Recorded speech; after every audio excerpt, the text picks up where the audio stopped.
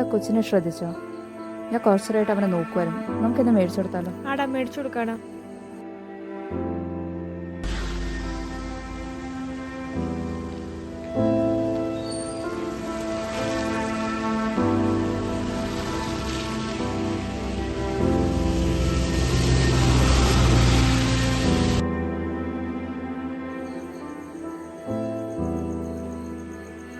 എൻ്റെ കഷ്ടമല്ല ഈ പിള്ളേരുടെ കാര്യം.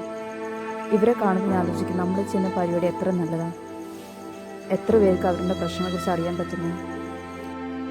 പഞ്ചാബിൽ സഹോദരിമാരുടെ മൃതദേഹം പെട്ടിക്കുള്ളിൽ കണ്ടെത്തിയ സംഭവം ഇന്ന് റിപ്പോർട്ട് ചെയ്തിരുന്നു. ഇത് കൊലപാതകമാണോ എന്ന് വ്യക്തമാകുന്നു. ദാരിദ്ര്യം മൂലം കുട്ടികൾക്ക് വിഷം നൽകിയതാണെന്ന് അമ്മ പോലീസിനോട് സമ്മതിച്ചിട്ടുണ്ടെന്നാണ് വിവരം. 9, 7, 4 വയസ്സിൽ കുഞ്ഞ് വീണ്ടും ആശുപത്രിയിൽ എത്തിക്കാനോ പ്രാഥമിക ശുശ്രൂഷ നൽകാനോ പോലും അംഗൻവാടി ജീവനക്കാർ തയ്യാറായില്ല എന്നാണ് രക്ഷിതാക്കളുടെ പരാതി.